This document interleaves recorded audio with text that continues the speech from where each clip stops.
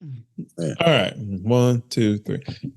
Welcome to the Success Fitness Podcast. I am your host, Christian Evans. This podcast is for adults who wants to achieve success in their fitness journey. And our special guest today, Andrew Sprecher, will help us do just that by sharing his story of how the emotional pain from being bullied as a chubby kid took its toll that led to insecurity, self-doubt, which developed into a drug addiction that caused him to weigh in at over 400 pounds. He wanted to find his joy back, so after seeking out medical advice, combined with his willpower and resilience, helped him to lose 225 pounds. Andrew's journey serves as a reminder that change is possible, no matter how difficult the circumstances may be. Without further ado, Success Fitness family, please welcome Andrew Sprecher to the podcast. How you doing, Andrew? I'm doing great, man. Yourself? Man, I'm doing good, man. Trying to, recover. Had a couple different workouts today. Ran 4 miles first thing this morning, and then had 2 clients, and I had biceps, rear delts, and probably just more biceps. So yeah. I'm kind of on the low end at this point, as far as just right now. But I'm excited to have you on the podcast. For those who don't know, obviously Andrew this is his first time being on the podcast, but I saw Andrew at the gym probably about a month ago, and he shared with me his weight loss transformation picture. And I said, I got to have him on the podcast. So here we are today. Go ahead and introduce yourself, Andrew. Well, I'm Andrew Sprecher. I spent my whole life, a big kid. I was always big, got bullied because I was big. And that led to a lot of mental disorders, which also, of course, there's only one thing, you do back then was to eat whenever you get sad. Right. And so, I just kept getting bigger and bigger, and, deaths happened in the family. Eat some more, got bigger, led to a drug addiction, any way possibly to fit in to society. Right. And, I just got tired of it, man. I just got tired of it and decided to, seek some medical help. I'm kind of against surgeries, but, after a year of, taking classes and learning a little bit about something, I decided, I was going to kick the drugs and I was going to go through this journey and hopefully, feel better in my skin, than previously did in my life. Because it was relentless bullying. My whole life. Right. So when did the bullying start? Can you remember, fifth grade, third grade, around what time? First grade. First grade. Yeah. Can you remember how, what was your size, your weight, or just, relative, like how big you were in comparison to, I guess, the other kids, or just how you were just individually? Well, yeah, I was always kind of chubby. I wasn't really big, like fat yet. I wasn't really, towering over any of the other kids hugely, but I was the biggest kid in the classroom, and it definitely led to a bunch of bullying and a bunch of stuff that just was unnecessary. And I was definitely the biggest one in the class. Yeah, I got you. What school was that? Can you remember what school you were at? Were you here in Peoria, or was that somewhere else? Yeah, it was St. Thomas. St. Thomas. Okay. And how old are you again, by any chance? I'm 39. 39. Okay. So I'm 41. So we're not too far off. I remember like second grade, I was at Southside Catholic. And so I think you may be a little bit old enough to kind of like remember where that was, or kind of maybe have heard that, since, only like 2 years behind. You said St. Thomas, you said? Yeah. St. Thomas. Okay. And so that happened about first grade. Did it continue on in second grade? Did you ever address said bullies? Did you ever fight back or want to fight back, or how was that?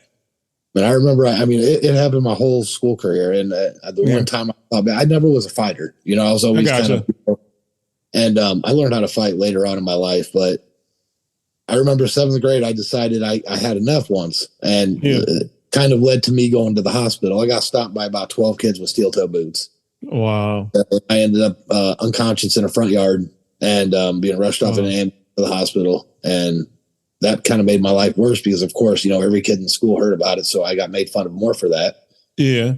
It was relentless. And my whole school, I was always the outcast and I got you. I got you. What high school did you go to? I actually got kicked out of public schools after I got kicked out of St. Thomas, and I went to a private school, and it was El Vista Baptist Academy.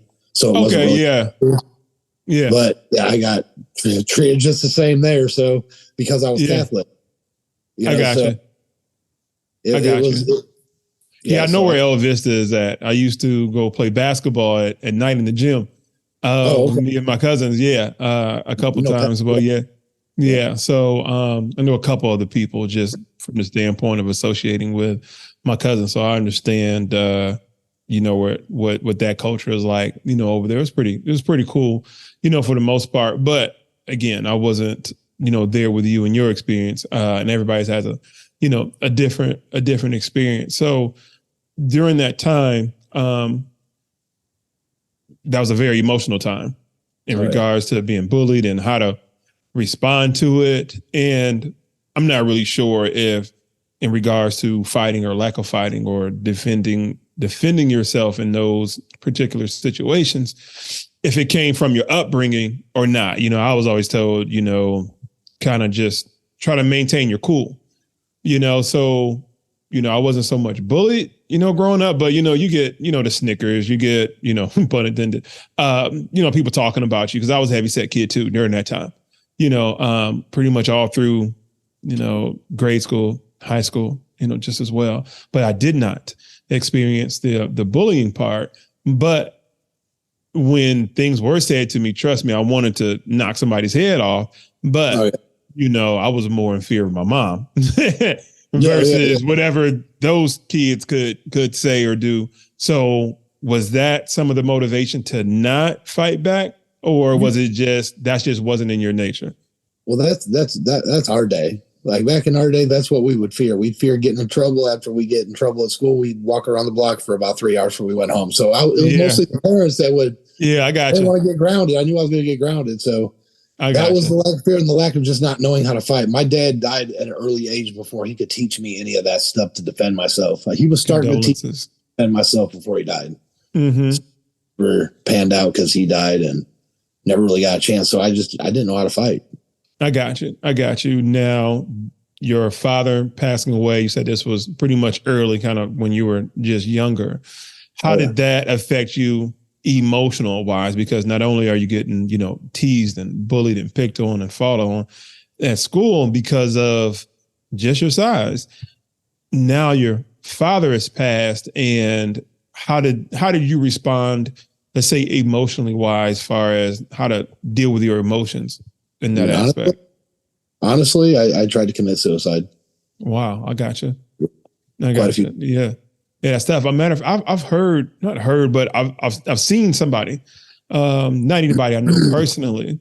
I grew up without my father, so I don't know what that association is when somebody does lose their father and somebody actually did commit suicide because they, it was tough. Yeah. That's the only thing I can say. I can't say they can handle it or not. I think that's insensitive, but that affected them in a whole different way. All they had was my mom. My mom passed away when I was 26. As a matter of fact, last Tuesday was 15 years, so that was 15 years ago.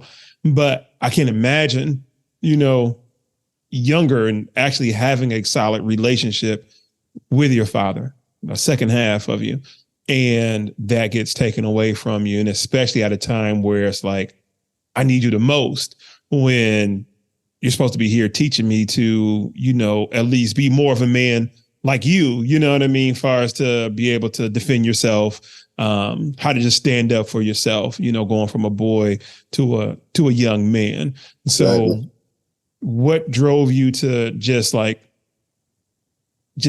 point to where it's like, okay, I don't want to be here if he's not here. Was that solely it, or was it just a combination of everything, or was it just like emotions at an all-time high? I watched him die for 5 years. So, I mean, it got overwhelming to the part where, when I was 14, I was getting taught how to take a wheel in case his carotid artery exploded while he was driving.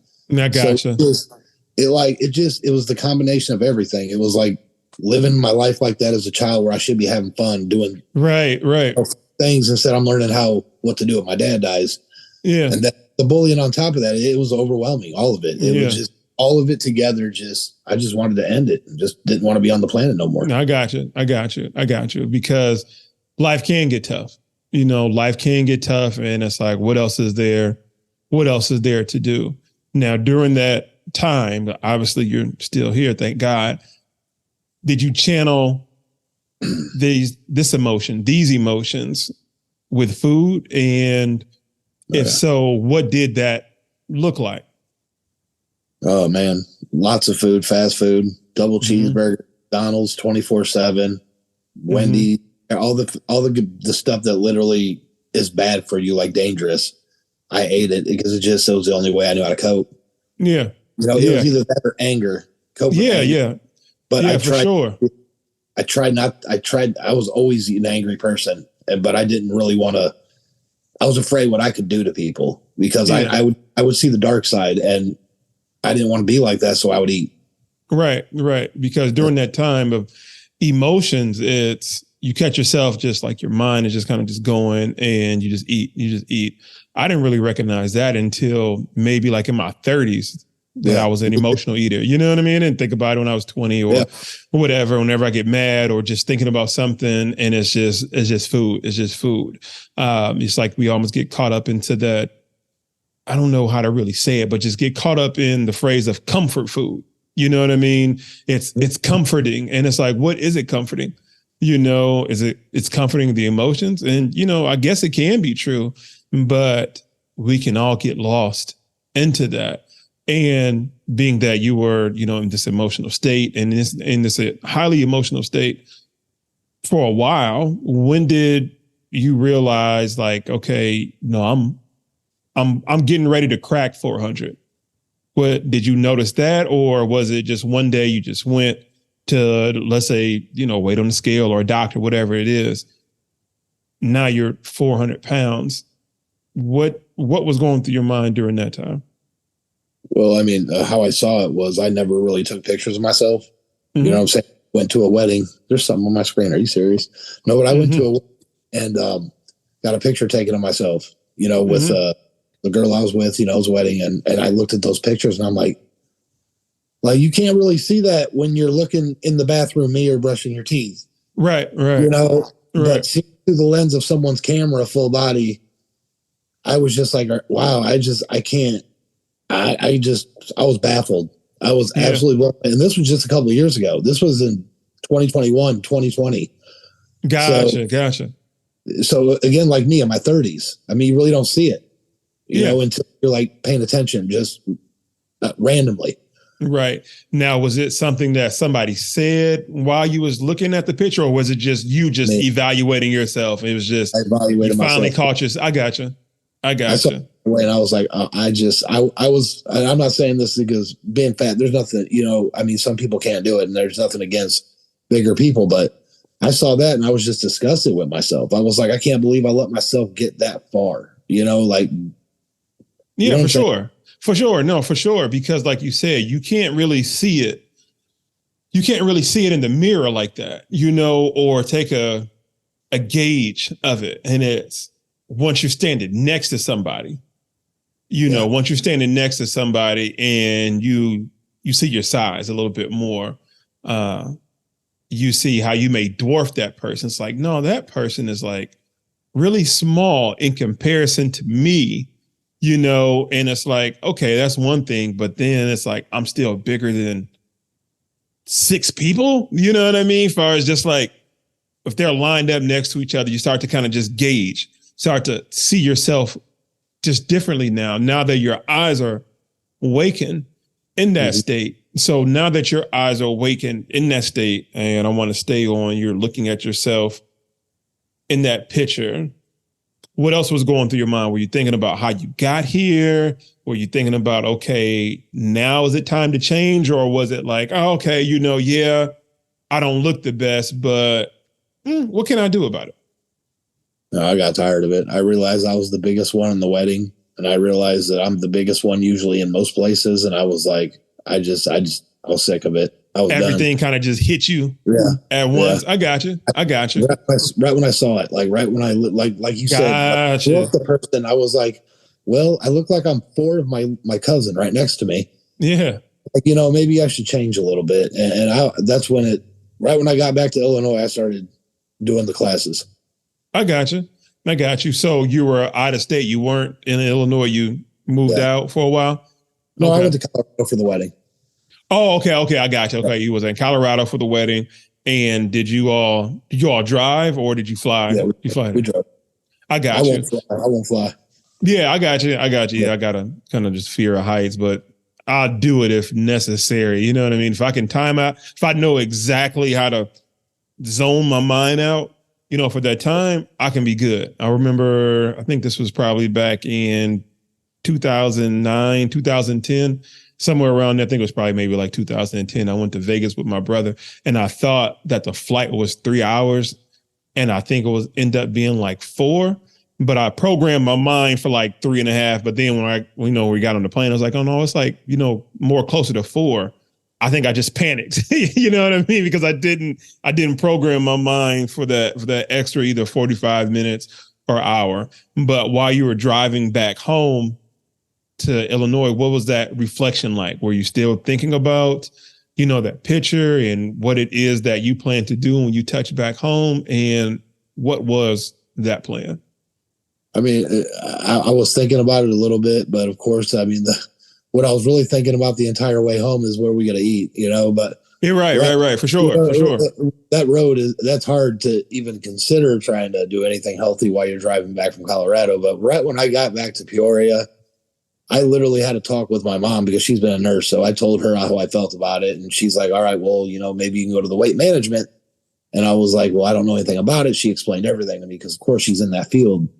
And so I started doing it. It took me about maybe 3 weeks to a month, maybe at tops 2 months to actually go and walk in the doors because of course you're scared. Right. all you know is food. Right. So so being that your mom's in the healthcare field, in the nursing field, had she ever said anything to you as a child, as a teen, as an adult about your weight, or was she just like, loving mother and I'm a love my son just regardless, I'm not going to pay too much mind to it?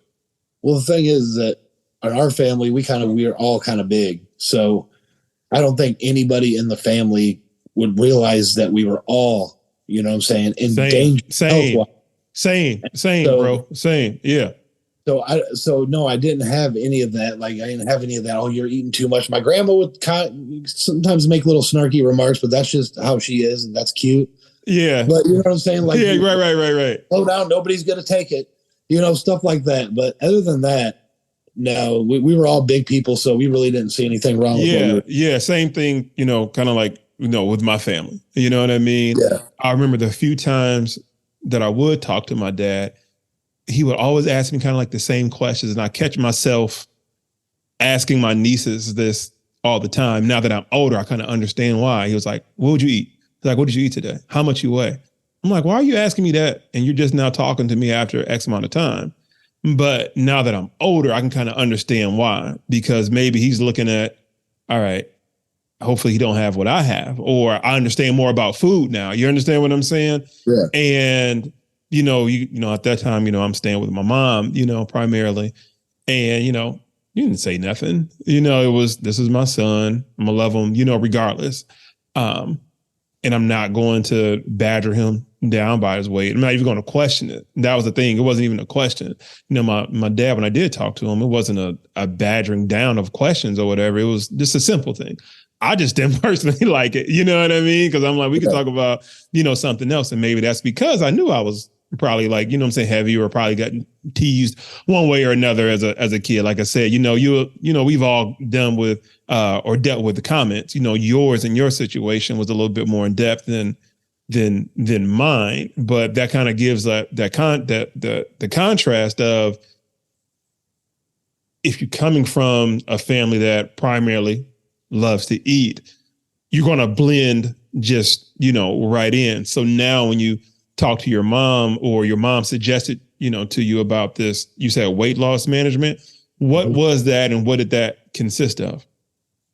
It consisted of pretty much, well, she went through a bariatric surgery, the full bariatric surgery. Okay. So he lost a lot of weight on it. And then she started to change a little bit and started saying, hey, maybe you're getting a little big. And that whole process was pretty much, going down there, taking classes, learning how to lose weight. And because they won't just give the surgery to anybody, you got to prove you can lose weight and do the program. Oh, really? Okay. Yeah. So okay. I had to lose 35, 40 pounds before they would even consider me, letting me do the program.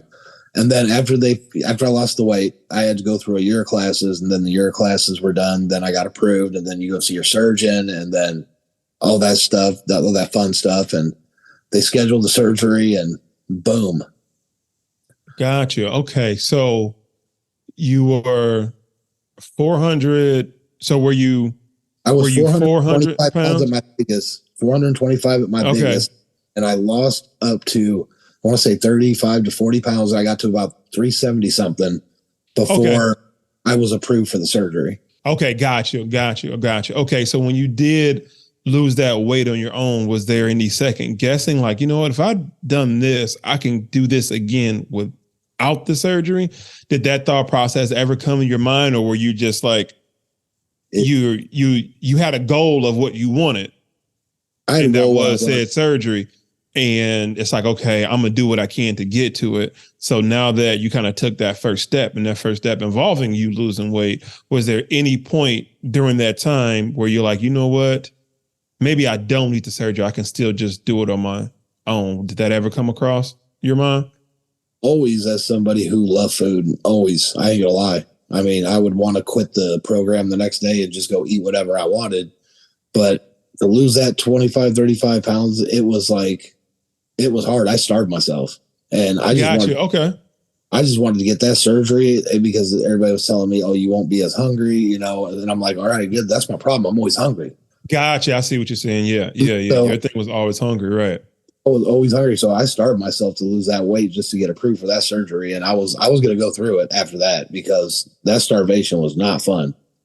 I got you. So walk me through surgery day. Where was your mind at? Excited, nervous? Just what was going through your mind? I mean, I was happy I was going to get good sleep because I like surgeries because I get good sleep. So I don't ever mind surgeries. So I went in with a really positive mind frame, and but I go in scared to surgeries because, minor surgery can turn into something major.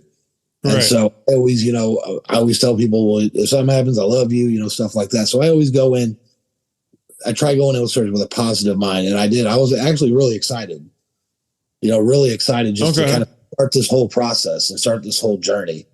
Okay. Of weight. Okay. You had surgeries before, or what was? Yeah, I had an ankle surgery. I've had diverticulitis. I've had my gallbladder taken out. Okay. I've had a few surgeries. Okay. I got you. So how long did the surgery take?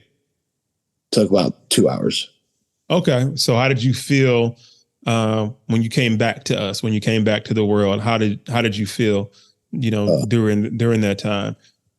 Oh, I felt great. I mean, I'm ready to get up and walk. I mean, every surgery I've had, I've gotten up and walked like the first 20 minutes after a surgery. So, I mean, I'm really ready to go. Okay. So the surgery that you had in regards to your weight loss, what was that again? The bariatric sleeve. Okay. Bariatric sleeve. Now explain what that is and how that works. So they go in and they don't take your stomach out, but it's kind of like they fold it in half. They cut into it, fold it in half, and then they stitch it. So where the food comes in, it's literally just half of what you got. It's a pouch compared to that big whopping stomach you had in there. So right now my stomach is the size of a banana. That stomach is still in there, but it's contained to that little pouch where everything goes in. So right now my stomach is the size of a banana. Okay. Now, how can I ask this? Is there a way or an option for it to, I guess, unfold when you're ready? Let's say if you're like, okay, whatever time of life you're in, it's like, okay, I feel like I can handle stuff now. Is there a way to reverse it? I don't even know if I'm asking that the right way. Yeah, it's what he said was over time it'll stretch.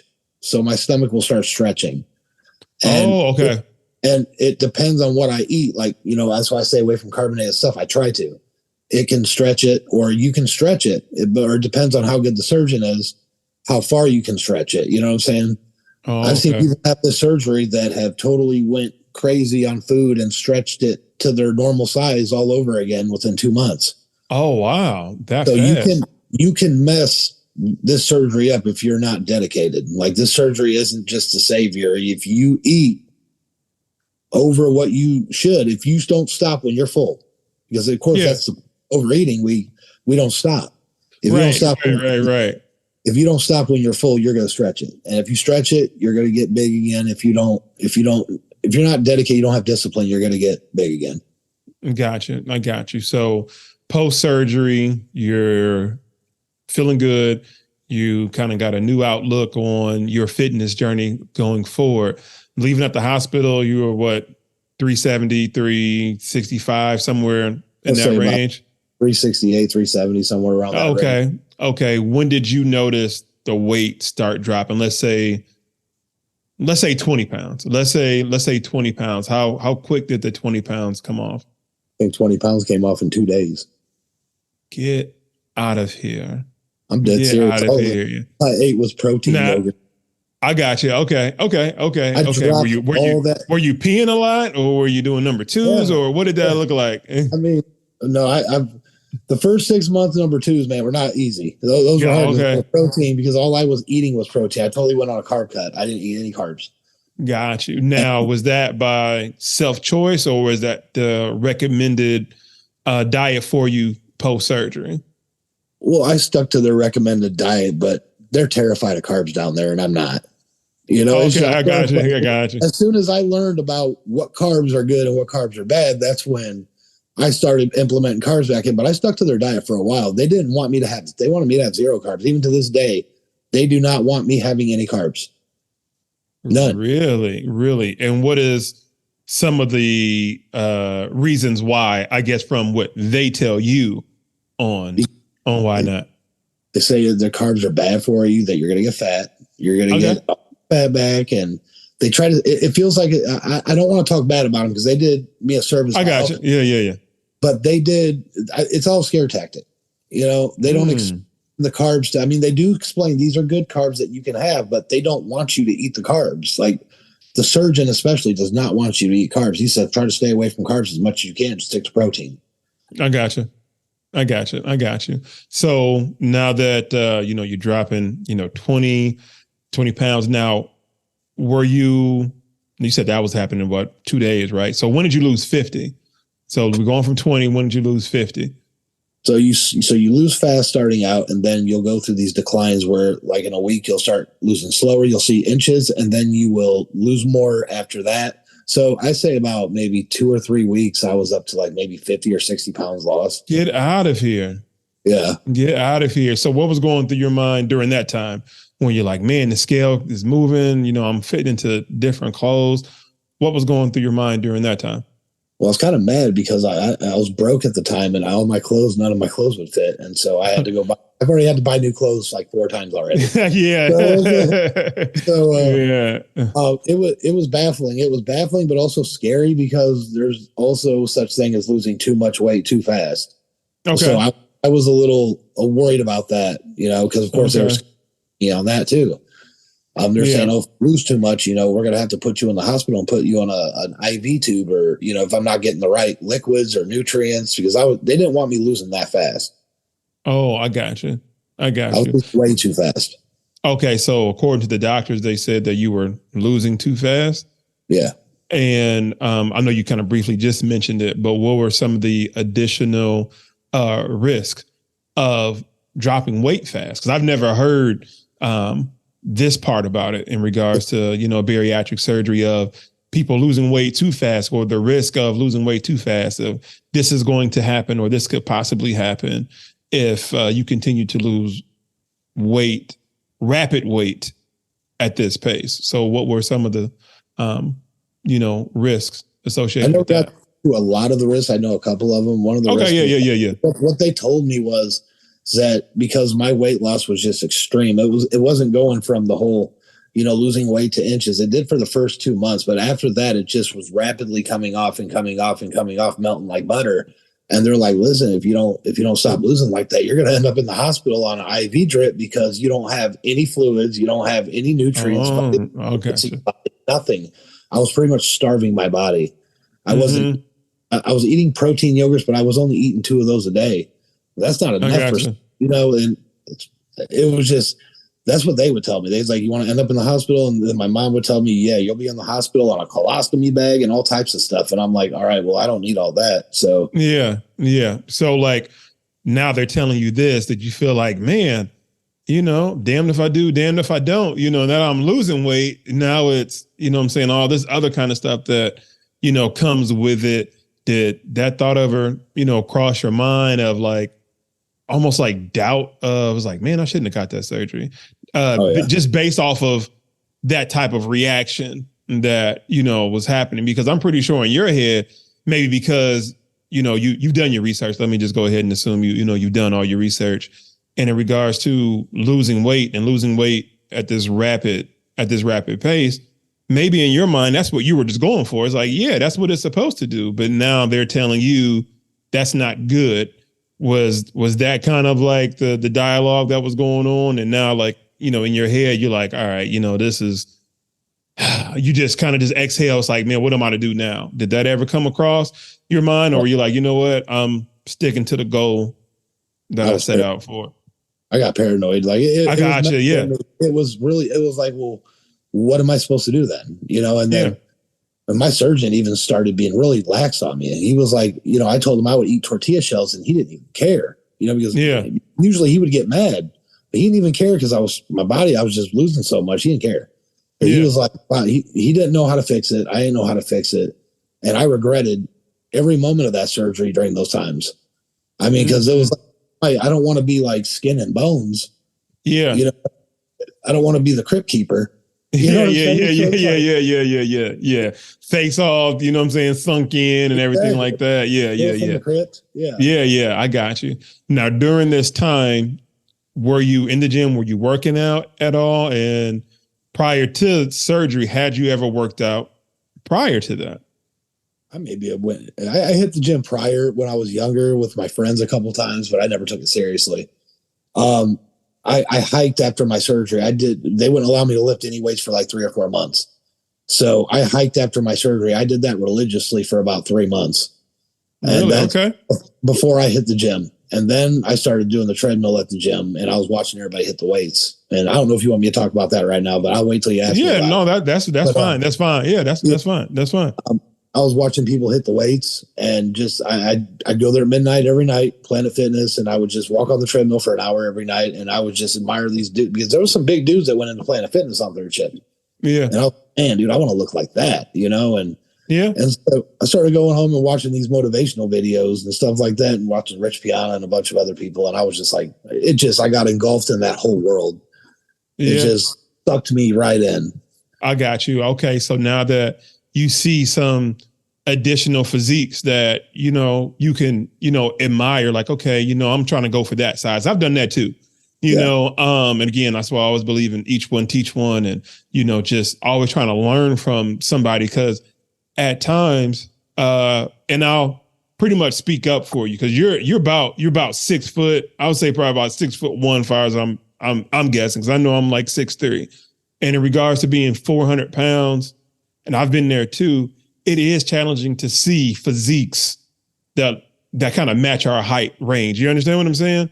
Yeah. And the more you kind of understand the smoking mirrors and the angles of social media, start to see a lot of these physiques and these guys are not our height. They're anywhere between 5'5" and 5'8", 5'10". Mm-hmm.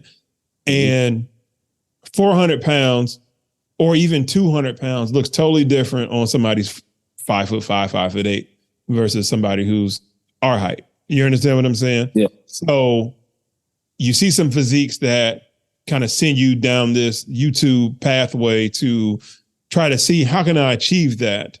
What was your first step into saying, okay, you know what? Let me put the cardio down a little bit and let me pick these dumbbells up. What did that look like for you? Oh man, it was amazing. It was amazing.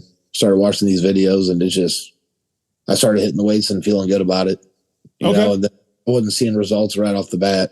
I don't know if I'm allowed to say people's names, like other, you know. If you want to, man, go ahead. Yeah. Like Rich Piana, like that dude, his videos are the ones that literally got me addicted, because it wasn't just the being big part. It was the way he cared about people, or the way he would help people, or he'd be like, you know, we're all in this together. It's all a brotherhood, you know, when you go to the gym. And I just wanted to be a part of something, you know. And I never really meant for it to go as far as what I've been taking it lately, but I'm loving every moment of it. I mean, it's a life changer. Yeah, for sure. You know, it is a brotherhood in regards to the gym culture, lifting weights. It's more one of those type of things to where I was always told to, like, you know, use my words, use your words. Sometimes I would just point at something, just thinking that somebody would be reading my mind. But what's understood doesn't need to be said. You know what I mean? You can just go into the gym and you can just feel the aura in there, you know, the mood. Everybody's, you know, getting it. You know, that just everything about this gym. Everybody's got the zone out look or the focus look. You know, some people are there for social stuff, but those are the outliers, and those are few and far in between. But if you see somebody lifting some heavy weights, or you seeing somebody doing an exercise that you may not even know what it is, you're not even judging. You're just trying to learn. You know, it's like, you know, what's that angle? I seen somebody doing something earlier today. I was going to ask them about it, but they weren't on the station anymore, because I know I'm always learning. But that is some motivation, you know, that is motivation. And then just like the other day when you and I were talking, you let me know what was going on with you. And I'm like, well, hey, try this, because this helped me out. And then, you know, you tried it and you're like, okay, that did help. And to me, that is what it's all about. In addition to, of course, you know, getting stronger and just that confidence feeling, you know, because there's nothing like you have an injury, you don't know what to do with it or how to make it better. You get shown something, or you become stronger in that particular area, and now the injury has gone away. And you're like, you know what? I didn't have to take any drugs for that. I didn't have to take anything for that. This is just me learning and understanding my body, being more mature in that. And just strength training and just strength training. What was some of the first, let's say, workouts that you did in regards to weight training? Lifting weights. What were some of the first ones that you can remember? Giant sets. I did the giant program about 3 times in a row. Yeah. What did that consist of? Oh man, just so chest day, leg day, and then it would go to biceps and shoulders, and then it would be right back to chest day. And I'm talking about 5 sets. It would start out high volume, you know, the first couple of weeks, then it would lower, the volume would lower throughout the weeks. And I think it was a 12-week program. Okay. So it would start volume, but it was six days a week. And I would go from like 5 sets to everything chest between, like, I'm talking about, I would do flat bench into incline bench into decline bench. And I'm talking about no breathers into dumbbell flies. And then I might even throw close grip bench press, or maybe a reverse grip bench press. And I did 15 reps to 20 reps of half of those without breaks. And I did that for, man, I almost want to say 4 or 5 months. Like nothing but, like everything was giant setted, everything. I got you. And this is like your first time going into, you know, just weightlifting. What did you think of that first? I call it poison, where since you're and, you know, doing a lot at your chest, when you're feeling like those muscle fibers tear, like the next day or the day after, what did you think of that first initial like soreness? And had you ever felt that before, prior to that? No, but I kind of knew what it was because I was watching the bodybuilding videos, and Rich Piana was talking about stuff like that. And so was CT Fletcher and a whole bunch of other people. So I've kind of like, I was watching the video, so I knew what it was, and I was getting excited because I was like, oh, you know, it's going to start growing. Yeah. I'm getting there. Exactly. It's going to start growing. Yeah. I remember after like 1 month, like you could see drastic results. Like I got you. Drastic. I started lifting in August last year, and those pictures of me are in March of 2023. Yeah. Wow. So okay. All those gains were from that little time period. Nothing but giants. Okay. Giant sets for the win. Giant sets for the win. So you're dropping the weight after surgery. You're introducing yourself to weightlifting. When did you hit the total of 225 pounds as far as for weight loss? When did you, and how did that make you feel overall? I want to say I hit that in, I want to say December or January to 225. And then I felt really good. I felt great. I was a little deterred because I wanted to get below 200, below that obese mark. You know what I'm saying? Yeah. I couldn't do it. I could not drop below 220. I would go from I would gain 5 more pounds. And I'm like, oh, you know. Yeah, that is the worst when you're like, man, just 5 more pounds or just 10 more pounds. That's how I felt when I went from 402 and I was, my goal in my head, I wanted to be 215. I don't know why. I just like the number, maybe because I'm born on 12, 15, the 2 and the 5, whatever. And I think when I got down to 220 and I'm like, well, this next 5 pounds should be nothing. Though I think those last 5 pounds were probably harder than I almost want to say those last 5 pounds were more harder to lose than the previous 182. Maybe it's because I was more focused on it. Maybe because I was probably overthinking it because I had a system of how I knew how to lose the weight. But when your body says it doesn't want to do anymore, your body says it doesn't, it's not going to do anymore. And it could possibly backfire. So I can understand where you're going, what you went through, during that time. But you look up and it's like, I'm not going to let, 5 pounds deter what I've done. You know what I mean? It's like you look back and it's 225 pounds, 225 pounds. So what did mom think once you told her this is what I hit? This is what I hit, 225. What did she think? She was happy. She was excited. She saw anything like that. And even the doctors down there, they've never seen what somebody has done in that program done. So, I mean, she's really happy, but moms are always going to be happy. She doesn't want me getting bigger muscle wise. I got you. Are you going to bring her into the gym and have her do some giant sets with you? You'll never get in the gym. I tried. Now, you mentioned chest. What are some of your favorite muscle groups to train? Chest is my favorite. Yeah, chest. Absolutely. Okay. And I do working. I'm starting to love shoulders. Okay. I'm getting an obsession with blasting my delts. So, okay, cool. What's your least favorite muscle group to train? Well, you already know what I'm going to say. Everybody says it's legs. Yeah. They must be done. Yeah, they must be done. They must be done. I saw this video with Michael Hearn. I think it was like a little skit, and he said, when it's leg day and you start to see a bench press wide open, you just slide over the bench, and now leg day turning to chest day. It happens all the time. Just magically it happens all the time. But I can say once I get into my leg workout, like I'm into it. I'm zoned out. And then you start to realize there's so many different angles and ways to, train your legs and strengthen your legs. Again, going back to what I was showing you the other day, and it's like, all right, we can do this iso or compound, you can use this handle, you can use that, and they all feel different. And that's the part about leg day where you can get just so lost in, at least far as for me. So again, the thought process of thinking about leg day, I don't really like. But once I'm there, I'm cool. Now, what does your life look like right now in regards to diet, nutrition, weight loss, or do you want to gain more weight, or strength training? What does the future look like for you? Are you happy where you're at right now? Or do you want to, do something different? What are your goals for the next, let's say, 6 months in regards to your fitness journey? Well, I've smashed every goal I made, and I'm not bragging, but I smashed every single goal. And so I made a year goal. It's longer than a year, but a really big goal. And I want to get on stage in 2 or 3 years. Yes, sir. Yes, sir.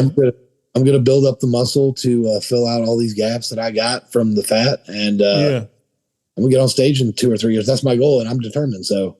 Yeah, man. I'm rooting for you. I'm rooting for you.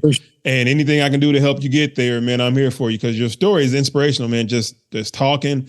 For those who don't know, this is me and say Andy's really kind of first time, just really honestly just talking, on this level. We see each other at the gym, give each other props, and, he's working on his stuff. I'm working on my stuff and, we crisscross and speak fires from there.